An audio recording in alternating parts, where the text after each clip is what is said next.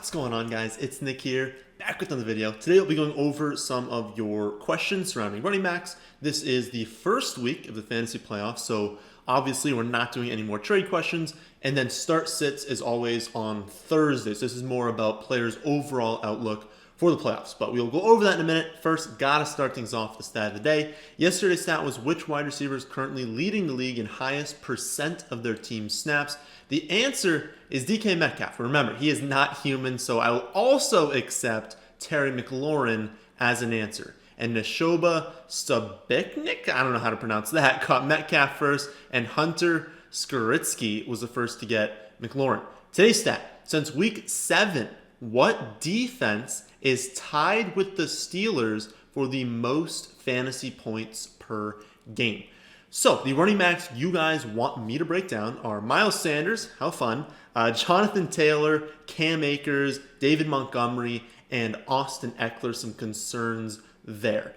As always, remember that you can see exactly which running backs I'll be going over, how long I'll be talking about them at the bottom of the screen here, right where the timestamps are. Always have that, so if you don't feel like listening to one section but want a different one, just skip ahead. Super easy. So let's start off with the embarrassment that is the Eagles' offense.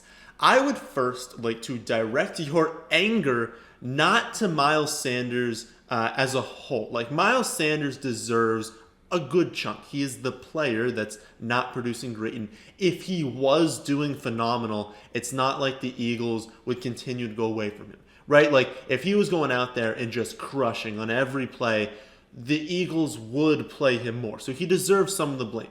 But the vast majority should still fall on Carson Wentz and the coaching staff. Wentz for being just absolutely trash, but the coaching staff for not understanding that and continually putting him in position to fail. You should put your players in position to succeed, not to fail. You know, because of that, the Eagles have lost 4 straight games. They've scored 17, 17, 17, and 16 points along the way, and that's resulted in fantasy point performances for Miles Sanders of 13, 8, 5, and 3. The worst part is that in this last matchup, you know, it was phenomenal. And in the video last week, I went over how this is an incredible spot for the Eagles' run game, and that if Miles Sanders posted another dud, then we need to consider benching him. It was really like a trial run for Sanders, because in the beginning of the year when he was healthy, he was doing great in fantasy. Like, he was producing, he was getting the receptions, he was getting the yards. Maybe the touchdowns weren't significantly there, but he was still producing. But then when he comes back from this injury, it's like they just changed his role. It's very strange, and the offense just looks so bad. And so we looked at this and we said, okay, that's all there. But the Packers are such a great matchup for running backs. You gotta think he does great, right? Because everyone does great against the Packers. But we said if he doesn't do well, we need to consider benching him. And the crazy part about watching that game was that the matchup almost didn't even matter for the Eagles. Like, they called 16 run plays to running backs out of 52 total plays. Now, the 52 is very low because, I mean, they stunk, so the Packers had the ball for most of the game. It's kind of hard to have a ton of plays when you're just going 3 and out, 4 and out, 5 and out. So they looked at this matchup, and basically they're like, you know what? Wentz has been playing terribly, and this shifts towards the ground game, how you attack, but, you know, let's run the ball on 30% of our plays, at least runs to running backs, because quarterback scrambles don't count. Those were pass plays turned in to run plays. And you know what makes things worse is that they said, oh, we have Miles Sanders, we have Boston Scott, like, we're good at running back. No, they go out and they sign a running back averaging 1.2 yards per carry, the single most inefficient running back in the entire league, who has negative receiving yards on the season. They bring him in and they give him an actual workload. So I still cannot wrap my head around how dumb the Eagles organization is, but Doug Peterson himself needs to be fired immediately. I don't know what they're doing with him still as the coach. And as for fantasy, for this entire team, I trust Dallas Goedert. That is it.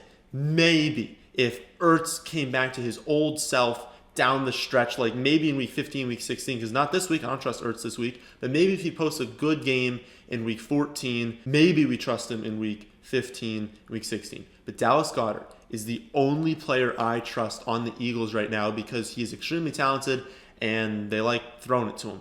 But now with Hurts, I mean, who even knows? I mean, maybe he has a different favorite receiver. Hopefully, they come to their senses and they're like, we can't play Carson Wentz anymore. They play Jalen Hurts this week. That should improve the overall outlook on everyone. But as far as trusting Philadelphia Eagles players, it is only Dallas Goedert. Knowing the Eagles, they'll probably keep Carson Wentz as a quarterback. They'll feature Jordan Howard. They'll lose by 30 to the Saints. So you guys are probably familiar with my 14-team league, full PPR sleeper league. I have talked about this league before. I have posted screenshots of different trades that I've done to get to the point where I'm at. Well, I have Miles Sanders, and it is a league with 2 flex spots. I will not be starting Miles Sanders in at least the first round of the fantasy playoffs. You can see my team on the screen. I am not 100% sure who I will move into the starting lineup. It will very likely be one of Brandon Ayuk and Gabriel Davis. But I do not trust Miles Sanders anymore, especially in a matchup against the Saints defense that it's basically just the Steelers and the Saints. Maybe you can throw the Rams in there, especially for running backs. You know, I cannot name a team that I fear my running back going up against more than the Saints. They are an elite run defense. So I guess to answer the question, can we continue starting Miles Sanders? I am starting James Robinson, Antonio Gibson, Jonathan Taylor, and then one of Ayuk or Gabriel Davis over Miles Sanders in the fantasy playoffs. So I will be benching my late first round pick, but it kind of depends on what you have. You know, if you are very strong at quarterback, tight end, wide receiver, and you don't have as many backup options at running back, maybe you do need to start him. So check my rankings and just see where I have players. I'm pretty sure, don't quote me on this, but I will probably just make the rankings free for the fantasy playoffs. So thefantasyfootballadvice.com. If you want to see any of the content on there, I will probably make it free. But if you have a premium package already, you can see that anyways. But I would imagine, haven't done them yet because it's Monday recording this, I'm not doing the rankings yet, I would think he's going to be roughly a running back 3. No way he's a 1. Maybe he squeaks into like the 20s because running back 3 would be 25. Maybe he's like 23, 24. I have a good feeling he's not going to be a running back 2. And if you have 2 players you're deciding between, one's Miles Sanders, just lean towards benching him. I don't trust this Eagles offense, and they're playing the Saints. This is a horrible matchup for running backs. I won't be starting him. You probably shouldn't be either. Speaking of that team I just talked about, though, I am starting Jonathan Taylor over Miles Sanders. And you guys asked for an update on Taylor. So I had benched him in that league. I believe it was 3 weeks in a row, and then a 4th week. Obviously, I benched him when he was on the COVID list. Again, worth noting, he did not have it. He was just a close contact. He still tested negative, so don't be worrying about like ill effects from that. He was just on the list because of being a close contact. But I started him this last week because of the incredible matchup, and he delivered, 13 carries for 91 yards. He had 3 receptions for 44 yards. Worth pointing out there, one of them was a 39-yard touchdown, so it wasn't like he kept getting, 11, 12 yards on these receptions. I guess that would be closer to like 13, 14 yards in receptions. 39 of it in a touchdown came on 1, and then he had 2 receptions for 5 yards on the other 2. Just wanted to point it out. But regardless, he's averaging 124.5 total yards over his last 2 games on 21 touches per game. Now, the snaps weren't great, only played 48%, but I kind of want to just mention that, the percentages definitely matter. We want running backs getting a massive percent of their team's touches because then they have crazy upside if their team has, 70, 80 plays in a game, and then there's less risk when their team only has 50 or 60 plays because they're still playing a good chunk of them. But the percentages matter less if you're still at least getting the touches. I would rather someone like Jonathan Taylor get 20 touches on only 33 snaps as opposed to someone who plays 50 snaps but only gets 15 touches. As long as he's still going to be getting 20 touches, I'm okay if he only plays half of the snaps, because at least when he's in there, they're using him, right? So I just wanted to point that out. It is concerning, that he's not playing a crazy amount of the snaps, but if he's still getting this sort of workload and still getting some work in the receiving game, I'm cool with it. Another thing that I want to point out is that he is coming off two incredible matchups. Like, he went off these last two games because he was facing really, really, really bad run defenses. But who do they face next week? The Raiders. Who do they face in the fantasy semifinals?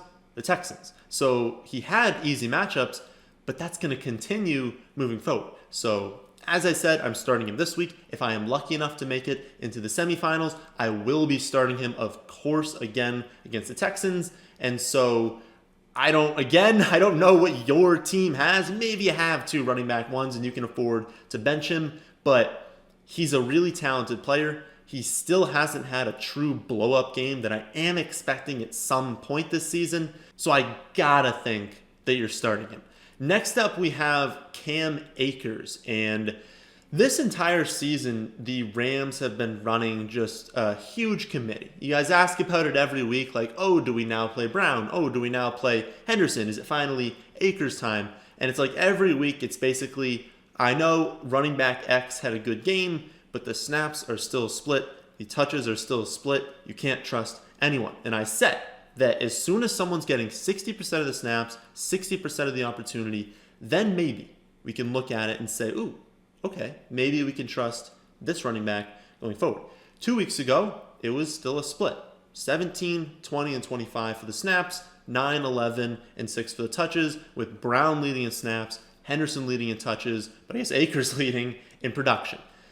However, in week 13, things changed. Akers handled 22 touches on 63% of the snaps, meaning he broke my threshold. He had, I don't remember what exactly that would come down to in a split for touches. It would be 22 out of 31. That's over 60%. It's probably closer to 70% off the top of my head. I don't know exactly what it is. But the point is, over 60% of the snaps, over 60% of the touches.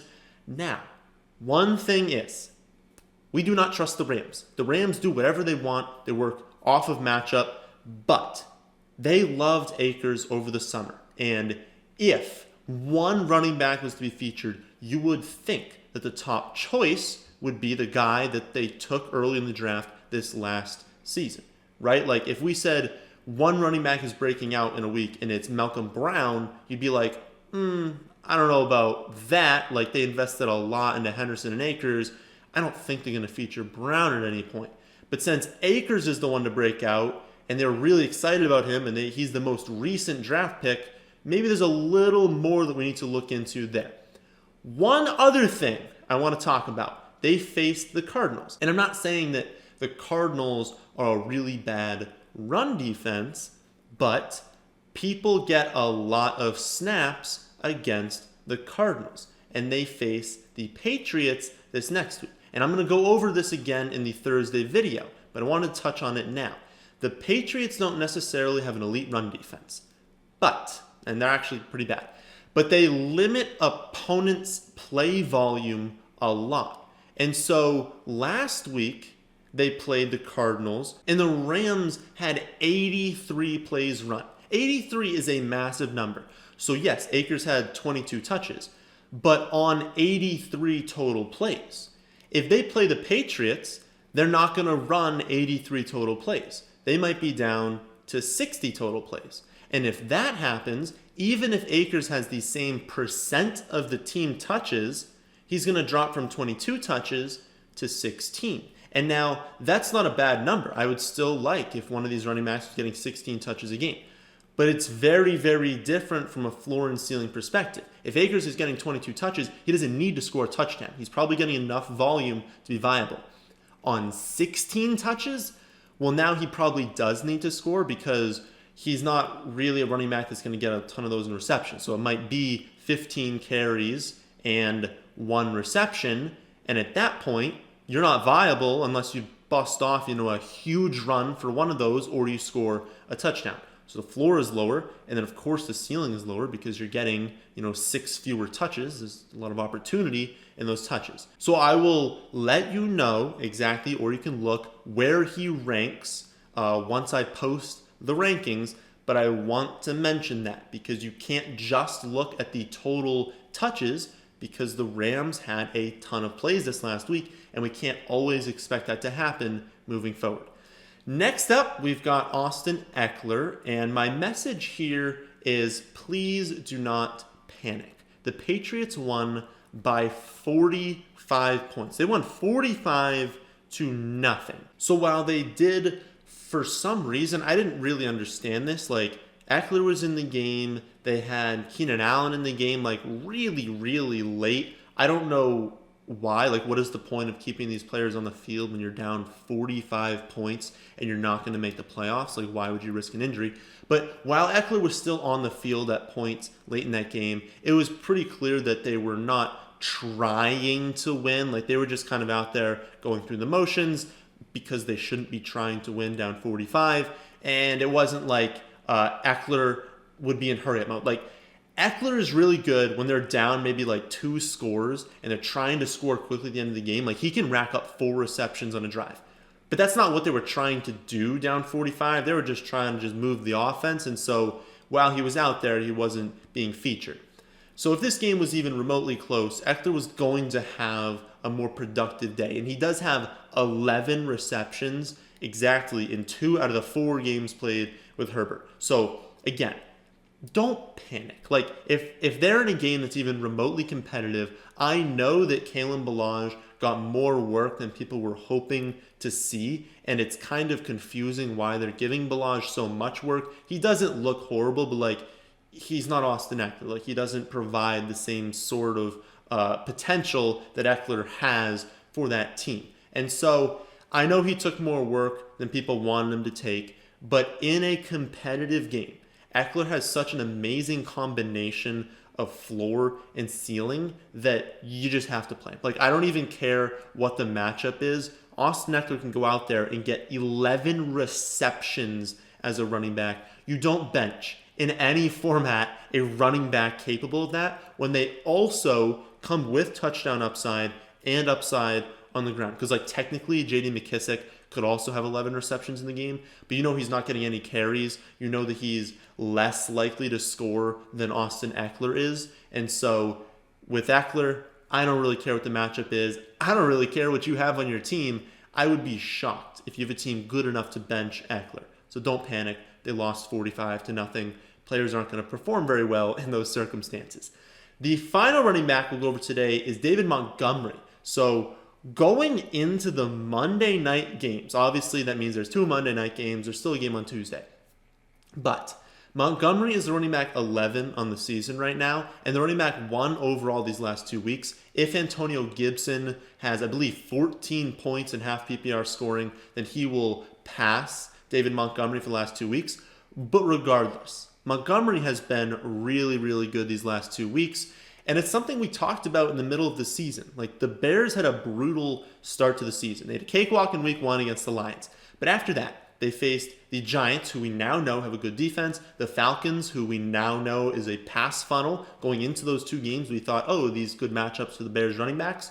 Looking at it back now, no, they weren't. The Colts, good run defense. The Bucks, obviously, great run defense. The Panthers were a soft matchup, but then Rams, good run defense. Saints, good run defense. So it was brutal to start the season.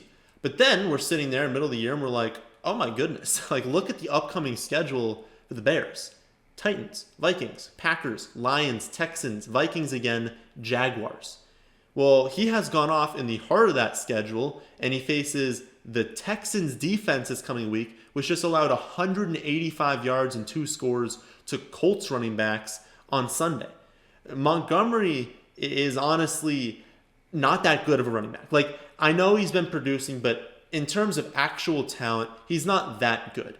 But he's averaging 14.5 carries and a little over 5 targets a game with Cohen out this season after his injury. And any running back getting that sort of volume is going to produce in fantasy. You're going to catch 3 or 4 of those targets. You're going to have some sort of yardage on those carries. And given that he's also the goal line back, you're going to fall into the end zone more often than not. And so when we look at the 4 worst teams for allowing fantasy points to running backs, it is the Lions, Texans, Packers, and Jaguars. These teams are top 4 in points allowed to opposing running backs. Well, he literally just played the Packers and the Lions, 2 teams in that list, and now he faces the Texans and the Jaguars in 2 of the next 3 weeks. So yes, Cordero Patterson had more opportunity, kind of like we're talking about with Ekeler. Balaj had more opportunity than we were hoping if you're an Ekeler owner. Cordero Patterson had more opportunity than you were hoping as a Montgomery owner. But David Montgomery is getting incredible volume right now. He's got super soft matchups coming up. These are games that the Bears can be competitive in. That's all you ask for as a Montgomery owner. And so I know that the Bears are awful, but honestly, it's another one of those situations. Volume and matchup. Doesn't matter how good Montgomery is. He's getting the volume. The matchups are there. You're pretty much playing him no matter who you have on your team.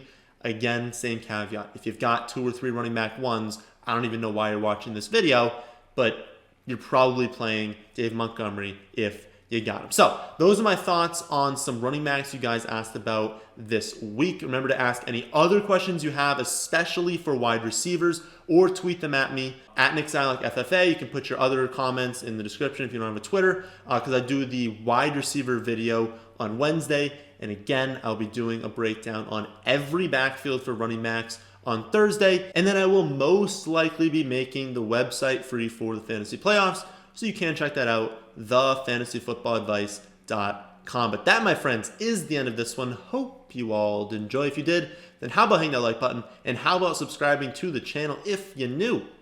Thanks for watching.